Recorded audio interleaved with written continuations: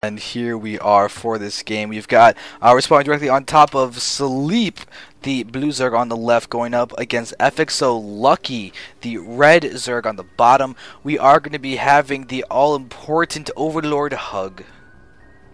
Oh, with the Overlord high five. You know, I always imagine that they have like the most depressed voices, that they kind of sound like Marvin from Hitchhiker's Guide to the Galaxy. Hey, how you guys doing? All right. That's so sad. There's another one. Okay, high five. Whirlwind, Top Gun. No, high wait, no, five. I'm rejecting you now. You Okay. think so? You don't think so? Look at them. The things. I mean, they look so big and bulky, like they're just dangling there. Like We need to be happy here, okay? We're gonna be happy. This is StarCraft land where everything is happy, even though there's a lot of things that die in it, okay? It may be war-torn and horrible in terms of the death, the blood, the gore, but we're gonna be happy. But the Overlords are happy, damn it, because they don't have to die needlessly in the need for supremacy. Yep. For the most part. Yep, and now I'm going to go ahead and guess both players. We'll do a hatchery first. Generally, that's what you do in these close air spawns. When you get the Overlord in there, you're basically, you can see your safetiness, and you're going to probably go for the hatchery first, and then go into Ling Baneling Wars unless the person tries to be sneaky and go in for fast roaches. But that is my prediction for what's going to be happening. That's your prediction. Let's see if you're right. zanderfeverSC here from the Twitch TV. Oh my goodness, look at you. There's a hatch and a hatch. Booyah! That's how they rephrase that. Things like that. Boom. Boom. Alright. So now I am happy. I have now made myself earning my own points for the day, so you can take it from here. Okay. Well, you know, now my prediction is that they will continue to make drones and put those drones to work in the mineral patches, and then put them into the extractors until such time as they can get speedling, and then they'll pull them off. That is my expert analysis for you right there. So that means we have our war going on for the follow-up. You're saying they're going to take them off after speed. I say they're going to keep them on and go for Banes. We actually will probably end up seeing a combination of both and have like one or two drones stay on, maybe. Maybe, yeah. Maybe one will pop another one, and you'll see, you know, that way they'll kind of speed the process up here eventually. But yeah, I think that this time around, I think speedlings are going to be the way to go. This time around, we'll probably see one or two pokes in, and then they'll go up to their banelings to really defend the ramps from counter pushing. So, all right. That's my guess. I like it. It's a good solid guess. Good solid guess. Good solid guess. Working it in there. Oh yeah. Yeah. All right. So, that was a little weird. I'm just gonna go ahead and throw that out there. So now we do see the queens are being made. I mean, no shocker there. These builds are basically similar going on, but we do have our first little deviation. We have the Bailey Nest thrown down by Sleep. So we may be seeing Sleep go for Banelings. And scratch that. I'm going to pretend them right from the beginning and say mutual Banelings. That was my original call, so I am once again the press sheet master of the universe. Yes, you are. You're completely in control of the StarCraft 2 universe right here. Spawn Crawler going down for Sleep as... Oh, no. Now he's actually going to get in and take a good look around. Lucky is having a good little spy fest going on. Oh, he's going to get the Baneling Nest too. Oh, you got to do this. But unfortunately, Sleep is going to be able to do some devastating damage to these little guys, but meets them on the ramp for the killing blow. But not too much going on the back end there for Lucky. He's going to do the same thing, throw down a Spine Crawler right there. He's got a significant amount of Zerglings that he's going to convert into Banelings, and he's going to start moving the army down. But Sleep, already on it, comes over to the Minx statue and starts his conversion of the single Baneling. Or two Banelings there for his side. Yes. That's not enough Banelings. You need way more Banelings than that. I'm just saying. 2,700 Banelings. You need Banelings. Mass Bane destroys all, because as long as you have enough, that it won't matter if there are force fields or tanks or buildings, eventually everything will die.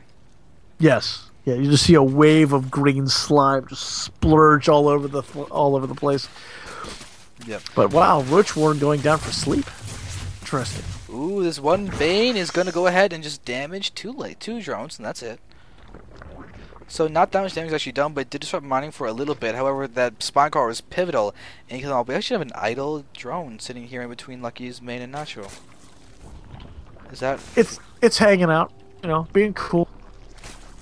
It might be waiting to throw down a roach horn, maybe. Plays by its own rules. Apparently. I do what I want. Whoa, we have a really fast third out from sleep right now. He's still on all hatch attack. I think we saw him do this earlier today, where he was trying to go for like the mass economy, or was that someone else?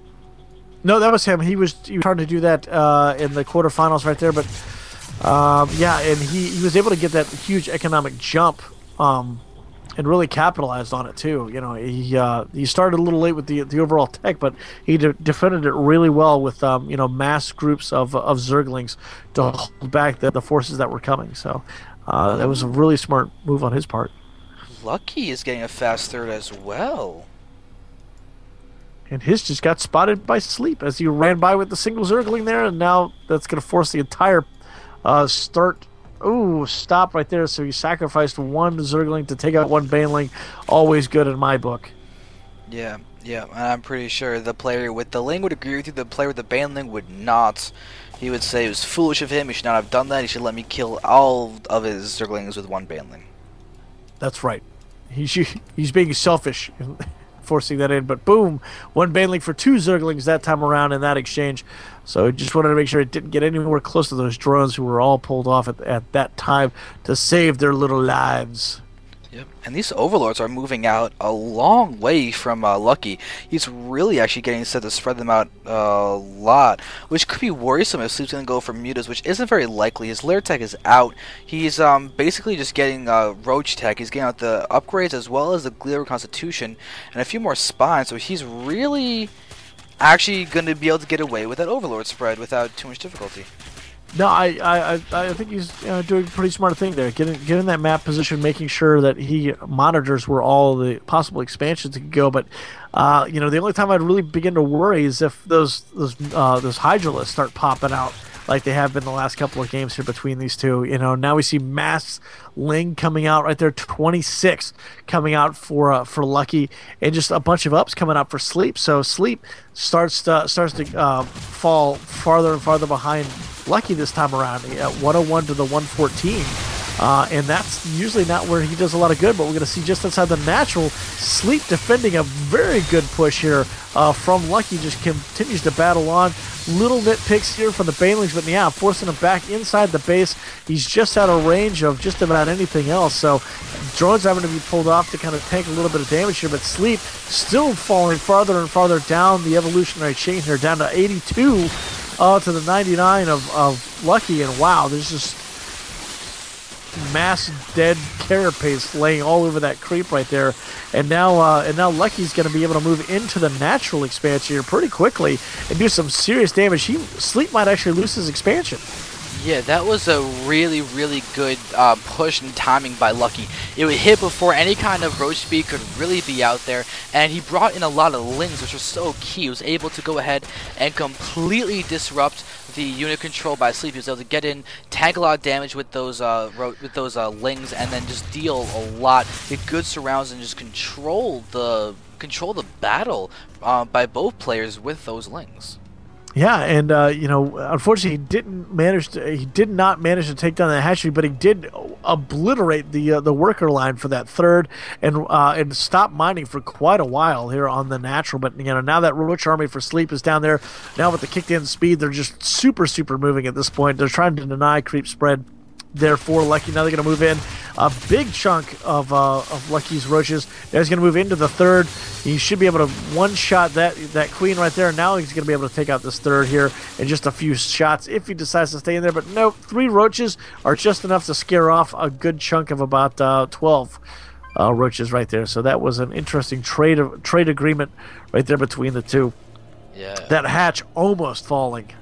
To another shot. Yeah, and it seems that Sleep's going to go completely all in once he gets his +2 missile attacks, as that's pretty much his only option that he has left. He's not producing any kind of... Oh, now he's producing a couple of drones. Before he wasn't, but he is quite far behind in that count. 29 to 45, as we do see the Lucky was able to kill 25 drones with that push, and this is going to mean that Sleep is got to make something happen. He's got to make something happen. Yeah, he's got to do something. I'm right there with you. You know, waiting for that up to finish, and then just doing an all-in push. Probably his best shot here to just even if he doesn't force the win, at least force that army to just decrease in size, because that's what he needs to do. It's 140 to 113, and the army's just kind of building up just outside of his natural. So he's going to be in some serious trouble here. Yeah, now we can see that he's going to be able to, Luck's going to push, and he's got the 1-1 while Sleep's got the 2-0, so interesting upgrade battle happening here, but now we're going to watch as these guys are completely jockeying for some good position. Lucky, though, just has the numbers. He's pushing forward. I think he has the numbers. It's kind of hard to tell, but this is actually going to be a really strong attack. He's continuing to reinforce quickly, and I think he's taking the lead slightly. Yep, he is. Defender's advantage is kind of kicking. Now it's just back to even. But we have more roaches coming in for Lucky. I think that might be it. He's got a significant lead. The food count overall, Sleep's count is going down, while Lucky is going to continue to push forward. But Link's not going to be in here. Help the battle a lot, but I think Lucky just overwhelmed him completely. Yeah, I think Lucky just definitely was just bulked out there and really did a lot of damage. And he was 1-1, and that additional armor kind of negated the +2 that Sleep had. So very smart move on his part. Really good, really good timing push here from Lucky. Yeah, it's quite solid. And there's GG by Sleep. So Lucky is going to be up 2-1, and he could make this the last game coming up next. Yes, this is a very, very clutch decision here for